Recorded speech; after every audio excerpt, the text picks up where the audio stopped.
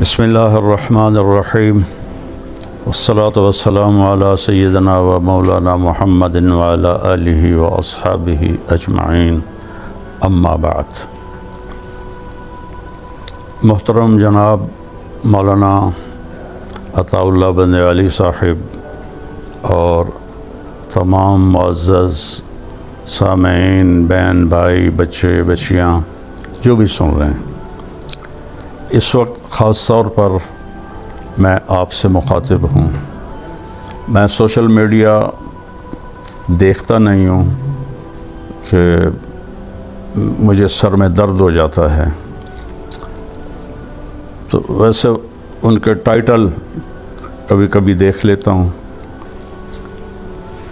آج میں نے ایک ٹائٹل دیکھا جو جناب کی طرف سے لگا ہوا تھا کہ کربلا میں کوئی جنگ نہیں ہوئی، تو اس پہ میں ذرا حیران ہوا، ششدر ہوا۔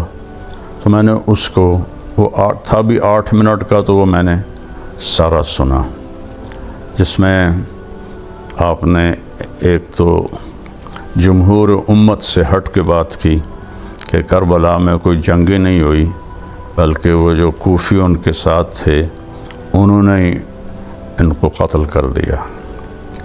دوسری بات آپ نے فرمائی کہ کربلا تو کوفے کے راستے میں آتا ہی نہیں، کربلا دمشق کے راستے میں آتا ہے۔ تو یہ میں نے دونوں نقشے گوگل سے نکلوا کر ان کو بڑا کر کے آپ کی خدمت میں پیش کیے ہیں۔ نہ میرا ارادہ کوئی مناظرے کا ہے اور نہ ہی میں نے کبھی یہ اسلوب سیکھا ہے، صرف اپنی معلومات آپ تک پہنچانے کے لیے، منوانے کے لیے بھی نہیں، قائل کرنے کے لیے بھی نہیں، لیکن اہل بیت سے جو میرا ایک تعلق جڑا ہوا ہے اور اللہ نے مجھے ان کی ایک محبت دی ہے۔ میری ماں بھی اہل بیت میں سے ہے، باپ میرا راجپوت ہے، تو میں پچھلے 30 سال سے ان کے نغمے گا رہا ہوں۔ جب بھی محرم آتا ہے تو میں آپ کے صرف وہ عنوان دیکھتا ہوں جس میں آپ یزید کا بڑا دفاع فرما رہے ہوتے ہیں اور کربلا کے واقعہ کی شکل بالکل تبدیل فرما رہے ہوتے ہیں، جو کسی مستند کتاب میں نہیں ہے۔ تو پہلی تو میں یہ گزارش کروں گا کہ آپ اس نقشے پہ غور فرمائیں کہ یہ مکہ سے راستہ چلتا ہے اور یہ جاتا جاتا جاتا یہ جا کے کربلا ہے، سرخ نشان، اور اس کے ساتھ نجف لکھا ہوا ہے، اس کے ساتھ ہی کوفہ ہے۔ تو جو دمشق کا راستہ ہے، آپ نے فرمایا کہ کربلا دمشق کے راستے میں آتا ہے، تو اس سے مجھے تھوڑا سا اندازہ ہوا کہ جغرافیہ کی معلومات آپ کی صحیح نہیں ہیں، اس لیے میں نے یہ نقشہ مکے سے دمشق کا راستہ بتایا ہے، جو اوپر جا کر وہ آخر میں سرخ نشان ہے دمشق کا۔ تو اس میں کہیں بھی راستے میں کسی جگہ پر بھی کربلا نہیں آتا۔ یہ راستہ مدینے سے تبوک اور آگے جا کے اردن میں داخل ہوتا ہے، اور اردن سے پھر یہ شام تک چلا جاتا ہے، اور یہ راستہ مکہ سے مدینہ کے اوپر سے ہوتا ہوا حائل اور یہ سکاکا اور عرعر اور یہ سرخ نشان کربلا، یہ نجف اور کوفہ، ان کے درمیان میں 6 کلومیٹر کا فاصلہ ہے، یہ ساتھ ساتھ ہی ہیں۔ تو ایک تو یہ آپ کی خدمت میں گزارش کرنی تھی کہ یہ آپ کی معلومات غلط ہیں کہ کربلا کوفہ کے راستے میں آتا ہی نہیں۔ بڑی حیرت ہوتی ہے، آپ اتنے ذمہ داری سے بات کر رہے ہوتے ہیں، لیکن وہ بالکل غلط ہے۔ آپ خود نقشہ اٹھا کے دیکھیں۔ میرا حاشا وکلا کوئی مقصد تنقید نہیں ہے۔ ان اريد الا الاصلاح ما استطعت وما توفیقی الا باللہ علیہ توکلت والیہ انیب۔ ایک یہ بات آپ کی خدمت میں عرض کرنی تھی۔ دوسرا یہ عرض کرنا تھا کہ آپ نے فرمایا کہ امام حسین تو کوفے والوں کو سمجھانے آئے تھے کہ تم یزید کی بیعت نہ توڑو اور یزید کی بیعت پہ قائم رہو۔ انہوں نے توڑی کب تھی جو آپ ان کو نصیحت کرنے جا رہے تھے؟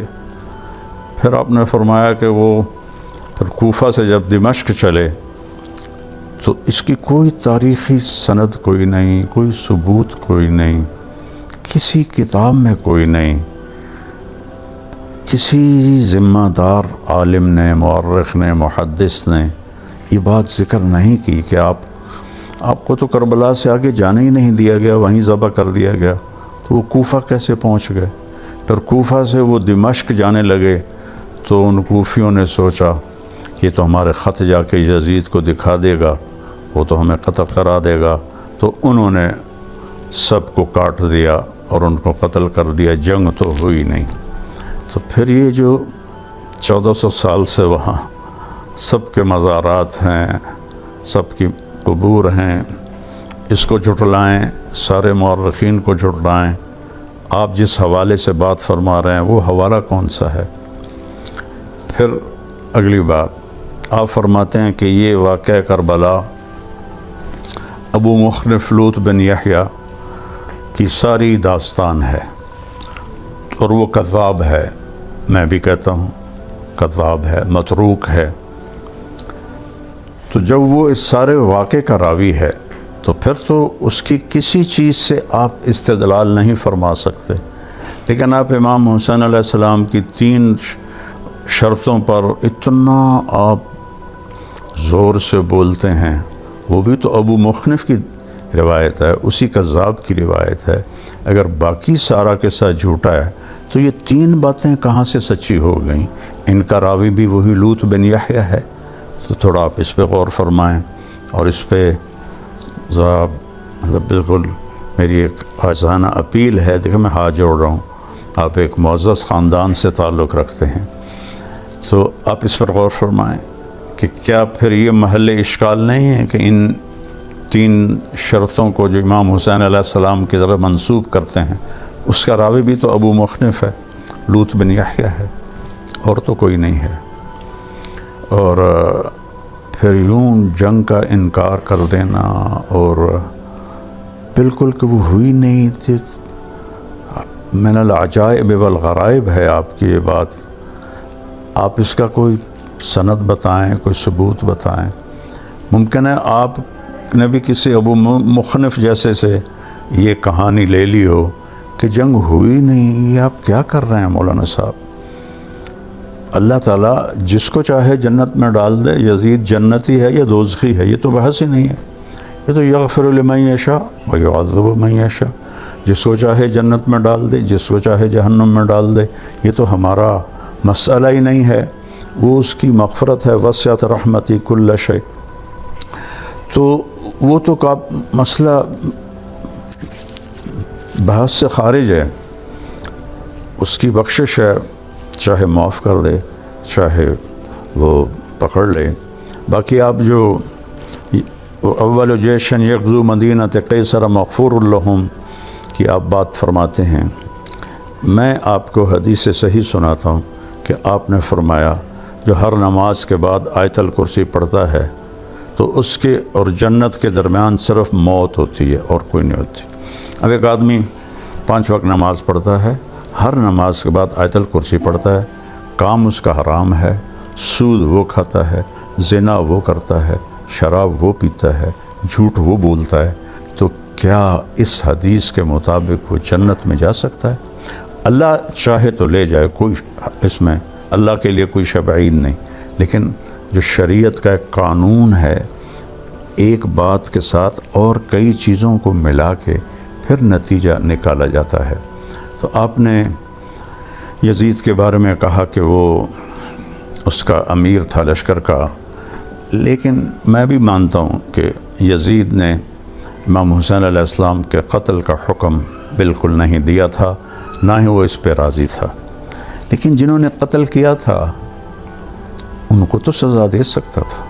میں نے چھوٹا سا کلپ سنا تھا، اصل میں حکمرانوں کی مجبوریاں ہوتی ہیں، وہ ایسا آپ نے رقیق اور ایسا جان چھڑانے کا طریقہ تھا آپ کا اس میں، وہ اصل میں بادشاہوں کی کچھ کمزوریاں ہوتی ہیں، کچھ مجبوریاں ہوتی ہیں۔ اہل بیت کے قاتلین کو قتل نہ کرنے میں کیا مجبوری تھی؟ یزید تو کوئی 90 لاکھ مربع میل پر حکومت کرتا تھا، اور 3-4 ہزار کو قتل کروانا، اور ابن زیاد کو، عمر بن سعد کو قتل کروانا اس کے لیے کیا مشکل تھا؟ 3 بر اعظم پر اس کی حکومت تھی۔ تو اس میں وہ قصوروار ہے، مجرم ہے۔ میں اس کے جہنمی ہونے کا فیصلہ نہیں کر رہا ہوں۔ وہ اللہ ہے، جس کو چاہے جنت دے، جس کو چاہے جہنم دے، اس میں ہمارا کوئی دعویٰ نہیں ہے۔ پھر جو واقعہ آپ اس کا بھی انکار کرتے ہیں، کیسی عجیب بات ہے، ہنسی آتی ہے کہ لگتا ہے تاریخ آپ نے پڑھی کوئی نہیں ہے۔ میں تاریخ کا طالب علم ہوں، میں 40 سال سے تاریخ پڑھ رہا ہوں۔ جب میں اسکول پڑھتا تھا میں نے وہاں سے تاریخ شروع کی تھی، پھر عربی کی تاریخ ساری اللہ نے مجھے پڑھنے کی توفیق دی۔ تو واقعہ حرہ کو بھی آپ تعویل کر دیتے ہیں، کمال آپ کی بادشاہی ہے، شہنشاہی ہے۔ اہل مدینہ کو یا اللہ جو تنگ کرے اس کو اس طرح ختم کر دے جیسے پانی میں نمک گھل کے ختم ہو جاتا ہے، اور جو ان کو ڈرائے اس کو تو ڈرا۔ تو اس کمبخت نے تو 3 دن مدینے کو حلال کر دیا۔ اور مسلم بن عقبہ مرری، اس خبیث نے صحابہ کی اولاد کو قتل کیا، صحابہ کو قتل کیا۔ ساری بڑی کہ اس واقعہ حرہ تو ابو مخنف نے بیان نہیں کیا، واقعہ حرہ تو لوط بن یحییٰ نے بیان نہیں کیا، واقعہ حرہ تو محدثین نے، مورخین نے بیان کیا۔ آپ اس میں بھی ڈنڈی مار جاتے ہیں اور تعویل کر جاتے ہیں۔ کتنے بڑے صحابہ اس نے قتل کیے، اور کتنے صحابہ کی اولاد قتل۔ آج تک وہاں جنت البقیع میں حرہ کے شہداء کی جگہ بنی پڑی ہے، جو صدیوں سے اس بات کا ثبوت دے رہی ہے۔ باقی جو مزاج یار میں آئے اس کو تو میں نہیں روک سکتا۔ اور مسلم بن عقبہ مرری یہ خبیث بوڑھا تھا، جب یہ مدینہ سے نکلا، مکے پر کیا حکم تھا یزید صاحب کا کہ پہلے مدینے کو تاراج کرو، 3 دن حلال ہے، پھر مکے کو جا کے برباد کرو۔ یہ ہیں آپ کے آئیڈیل ہر دل عزیز یزید۔ ہم آپ تو پنجابی لوگ ہیں، عمر بن عبدالعزیز تو بنو امیہ میں سے تھے۔ ان کے سامنے کسی نے یزید کو امیر المومنین کہا تو عمر بن عبدالعزیز نے وہیں کھڑے اس کو 20 کوڑے لگوائے کہ ایک ظالم کو تو امیر المومنین کہتا ہے۔ تو جب وہ مدینہ سے نکلا تو ذوالحلیفہ جا کے مر گیا، اور اس کے آخری الفاظ تھے کہ یا اللہ، کلمے کے بعد میرے پاس بخشش کا سب سے بڑا عمل مدینے والوں کا قتل ہے۔ یہ اس خبیث کے الفاظ تھے۔ وہ مر گیا، انہوں نے وہاں دفن کیا۔ حسین بن نمیر، حسین سعد کے ساتھ بن نمیر کو امیر بنا کے یہ عبداللہ بن زبیر کے ساتھ لڑائی کے لیے چل پڑے۔ حضرت حنظلہ رضی اللہ عنہ کے بیٹے جو غسیل الملائکہ ہیں، ان کے بیٹے عبداللہ بن حنظلہ کو مسلم بن عقبہ نے قتل کروایا تھا۔ تو ان کی باندی نے مدینے والوں سے کہا کہ میں نے یہ منت مانی تھی کہ اگر اللہ مجھے اس کی لاش پہ قابو دے گا تو میں اس کو سولی پہ لٹکاؤں گی، تو تم سب چلو میرے ساتھ اور اس کی لاش نکال کے سولی پہ لٹکاؤ۔ اب البدایہ والنہایہ میں آپ اس کو پڑھ لیں گے، تفصیل موجود ہے۔ مدینہ تو پہلے ہی رو رہا تھا، سارے پہنچے اور اس کی قبر کی کھدائی شروع کی۔ جو ہی مٹی ہٹا کے صاف کی تو اس کی میت زمین پر تھی، اور یہاں سے لے کر قبر کے کناروں تک اس کی قبر انگاروں سے بھری ہوئی تھی، اور اس میں اس طرح پڑا ہوا تھا جیسے آگ کے اندر لوہے کی سلاخ سرخ ہو کر پڑی ہوتی ہے۔ یہ اس کا انجام ہوا۔ تو مدینے والوں نے کہا عبداللہ رضی اللہ عنہ کی باندی سے کہ اب تو اللہ نے ہمارا بدلہ لے لیا ہے۔ انہوں نے کہا ٹھیک ہے، اب یہیں ٹھیک ہے، اس کو سولی پہ نہیں لٹکانا۔ قبر بند کی، بے نشان ہو گیا وہ خبیث۔ مرری قبیلہ آج بھی قطر میں آباد ہے۔ اگلی بات آپ سے یہ عرض کرنی ہے، آپ فرماتے ہیں کہ اہل بیت کو یزید کے دربار میں لے جایا گیا اور یزید نے ان کا بڑا اکرام کیا۔ حضرت زینب کے جو وہاں خطبات ہیں تھوڑا وہ پڑھ لیں تو آپ کو اندازہ ہو جائے گا، میں اس میں نہیں جاتا۔ آپ نے فرمایا کہ اس کے بعد جو حضرت زینب تھی رضی اللہ عنہا، وہ دمشق میں ہی ٹھہر گئیں، قافلے کے ساتھ نہیں گئیں۔ میرے پیارے مولانا، کہیں مجھے دکھا دیں، عقل نہیں مانتی کہ ایک مظلوم قافلہ لٹا پٹا 72 جن کے نفوس اور 17 اہل بیت جن کے سامنے ان کی گردنیں کٹیں، ان کی جو سردار تھیں اب حضرت زینب تھیں، وہ تو دمشق میں رہ جائیں اور باقی قافلہ بچیوں کا اور امام زین العابدین بیمار کا وہ مدینے چلا جائے۔ کسی تاریخ کی کتاب میں یہ نہیں ہے، کسی مستند تاریخ میں نہیں، عقل بھی نہیں مانتی اور علم بھی نہیں مانتا کہ ایسے قافلے کو تنہا چھوڑ کے وہ وہاں رہ جائیں اور وہ اکیلے وہاں چلے جائیں۔ ساری مستند تاریخوں میں ہے، یہ سارے عوام بھی سن رہے ہیں کہ آپ اپنے عزیز بھائی بہنوں کے ساتھ واپس گئیں۔ وہ اس کو تو آج کا کوئی غیرت مند خاندان نہیں مانے گا۔ اگر اس کے 4 افراد مارے جائیں اور باقی چھوٹے بچے بچ جائیں تو ان کو کہے تسی جاؤ تو میں تا ہی رانا تا تھے بیٹھا ہاں۔ یہ تو ہمارے دنیا میں کہیں یہ ثقافت نہیں ہے۔ آپ اس کو حضرت سیدہ زینب کے ساتھ جوڑتے ہیں، ان پر بہتان لگاتے ہیں آپ۔ وہ واپس گئی ہیں۔ شام میں آمد ضعیف ترین روایت ہے، زیادہ صحیح روایت آپ کا مصر جانا ہے، اور مصر میں آپ کا مزار موجود ہے، جامعۃ سیدہ زینب کے نام سے قاہرہ میں، اور پھر صدیوں بعد یہاں بھی مزار بنا، اور دمشق میں آپ کی تدفین ضعیف تاریخی روایت ہے، اور قاہرہ میں مصر میں مضبوط تاریخی روایت ہے۔ اہل تشیع نے وہ شام کو سینٹرل بنا کے اس کو زیادہ مشہور کر دیا، لیکن آپ کا یہ کہنا کہ وہ وہیں ٹھہر گئیں اور یزید کے مہمان ٹھہر گئیں، وہ اللہ کا واسطہ ہے بندیالوی صاحب، اللہ کا واسطہ ہے بندیالوی صاحب، آپ جوش خطابت میں اہل بیت پر اتنی زیادتی نہ کریں، ان کا اللہ سے بہت قریبی تعلق ہے۔ حضرت ام سلمہ کی روایت کہ وہ 10 محرم کو عصر کے قریب سوئی ہوئی تھیں تو خواب میں دیکھا اللہ کے نبی، پراگندہ بال، سر میں مٹی پڑی ہوئی اور چہرے پر بھی مٹی، تو انہوں نے پوچھا یا رسول اللہ آپ کو کیا ہوا؟ ما شأنک یا رسول اللہ؟ فرمایا ام سلمہ حضرت مقتل حسین، اے ام سلمہ میں حسین کی شہادت کو دیکھ کے آ رہا۔ یہ 1400 سال کے سارے ہی بے وقوف ہیں جنہوں نے کربلا میں فرضی مزار بنا دیے۔ اچھا چلو وہ پھر قبریں ہی بتا دیں، جس راستے میں ان کو قتل کیا گیا تو وہاں قبریں تو بنی ہوں گی، کوئی قبروں کی نشانی بتا دیں کہ آپ کو ہمیں، چلو ہم وہاں جا کے ان کی زیارت کر لیں۔ تو یعنی اتنی خلق کو جھٹلا کے اور ایک اتنی رقیق اور ہلکی بات کرنا، یہ کسی بڑے عالم کو زیب نہیں دیتا حضرت صاحب۔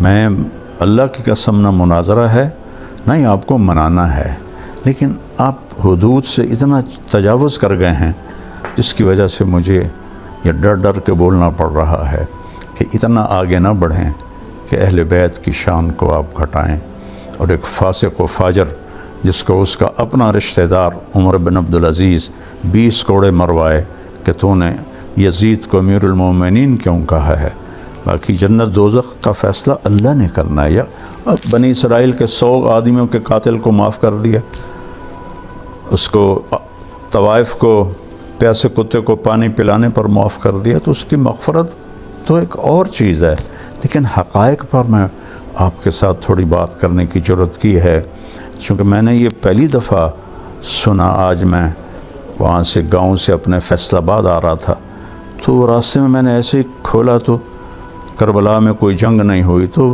میرا میٹر گھوم گیا کہ یہ کیا کہہ رہے ہیں، کیا فرما رہے ہیں۔ 14 صدی کی تاریخ کو جھٹا رہے ہیں، اور سارے کروڑوں لوگ وہ اندھے بھی ہیں، بے وقوف بھی ہیں، ان پڑھ بھی ہیں، اور صرف آپ کے پاس سے ہے یہ روایت ہے۔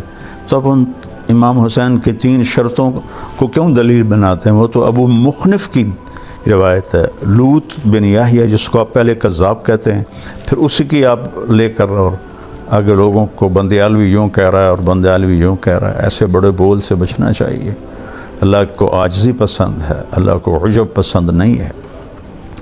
تو سیدہ زینب کا یزید کے پاس مہمان بن کے ٹھہرنا، یار حیرت کی بات ہے۔ یہ ہو سکتا ہے؟ یہ کیسے ممکن ہے کہ وہ یزید کی مہمان بن گئیں؟ اور یزید تو کم وقت اس کی 64 ہجری میں مر گیا، 61 میں وہ بنا تھا، 60 میں، اور 64 میں مر گیا 37 سال کی عمر میں۔ تو حضرت سیدہ زینب تو بہت بعد تک وہاں رہی ہیں، اگر رہی ہیں۔ اصل صحیح روایت مصر کی ہے، یہ شام کی روایت اہل تشیع کی ہے۔ تو لہٰذا بس یہ چند گزارشات تھیں، آپ برائے مہربانی جس کو اونچا کریں، جس کو نیچا کریں، آپ کو اختیار ہے، لیکن یہ جو آپ کا تقابل ہے کہ کربلا میں جنگ کوئی نہیں ہوئی اور پانی بند نہیں کیا گیا اور وہ اندر ہی جو ملے ہوئے تھے انہوں نے قتل کر دیا، بھلا آدمی بات کرنے سے پہلے سوچے تو صحیح کہ کیا عقل بھی اس کو ماننے کے لیے تیار ہے؟ کوفہ تو وہ گئے ہی نہیں، کوفہ سے دمشق جا رہے تھے، اور یہ میں نے دمشق کا نقشہ نقل کیا، مکے سے دمشق کے راستے میں کہیں کربلا آتا نہیں، اور آپ نے فرمایا ہے کہ دمشق جاتے ہوئے کربلا آتا ہے، کوفہ جاتے ہوئے کربلا نہیں آتا۔